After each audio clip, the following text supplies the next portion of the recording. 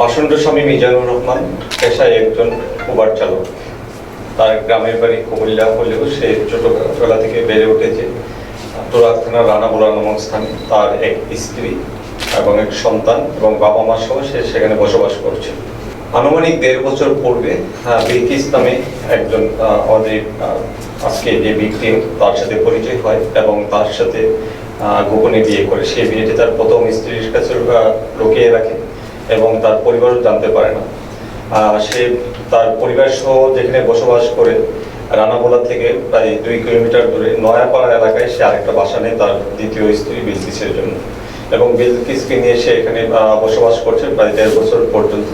সে বিভিন্ন সময়ে বিলকিসকে নিয়ে, যেহেতু সে উবার চালক, রাজধানীর বিভিন্ন জায়গায় স্পটে ঘোরাফেরার জন্য যায়, রাস্তার মধ্যে স্ট্রিট ফুড সেগুলো খাওয়া দাওয়া করে। এরই ধারাবাহিকতায় সে গত 3-4 মাস যাবৎ তাকে বিভিন্ন জায়গাতে নিয়ে যাচ্ছে। তার সাথে প্রায় 1.5 বছর সাথে বসবাস করার এক পর্যায়ে তাদের বিভিন্ন কথাবার্তা বা তাদের দৈনন্দিন জীবনের বিভিন্ন বিষয় নিয়ে যখন তাদের মধ্যে একটা বিশৃঙ্খল সৃষ্টি হয়, তখন সে একটা পরিকল্পনা করে যে তাকে সুযোগ বুঝে তাকে পরিকল্পনা করে মেরে ফেলবে। এই পরিকল্পনার ফসল হিসেবে সে গত 19 তারিখে পূর্বাঞ্চলের 24 নম্বর সেক্টরে তাকে নিয়ে প্রথমে ঘুরতে বের হয়, তাকে নিয়ে ফুচকা খায় এবং এক দোকানে বসে চা খায়।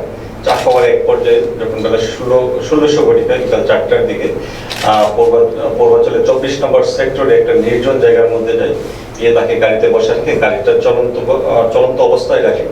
তখন তাকে সে গাড়িতে নেমে যায় পরিকল্পনা করে এবং গাড়ির যে পেট্রোলের যে ট্যাঙ্ক আছে সেখান থেকে সে পাইপের মাধ্যমে একটা বোতলের মধ্যে পেট্রোল নিয়ে তারপর তাকে কৌশলে বিলকিসকে গাড়ি থেকে নামিয়ে নিয়ে আসার সাথে সাথেই তার শরীরে, মাথায়, শরীরে, কাপড়ের সামনে পিছনে সকল জায়গার মধ্যে পেট্রোল ছুড়ে মারার অতি দ্রুতভাবে তার কাছে দিয়াশলাই ছিল, সে দিয়াশলাইতে তাকে আগুন দেয়।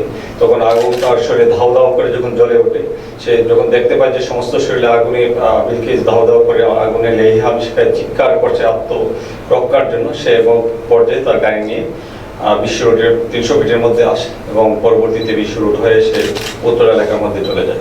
ইতিমধ্যে স্থানীয় লোকজন তার আত্মচিৎকারে বাঁচার যে আর্তনাদ, সেই আর্তনাদের মধ্যে মানবিক কারণে লোকজন তাকে উদ্ধার করে প্রথমে কুমিল্লা হসপিটালে নিয়ে যায় এবং পরবর্তীতে তাকে শেখ হাসিনা বার্নিং ইনস্টিটিউটে নিয়ে যাওয়ার পরে গতকাল সকাল 9টায় সে মৃত্যুবরণ করে।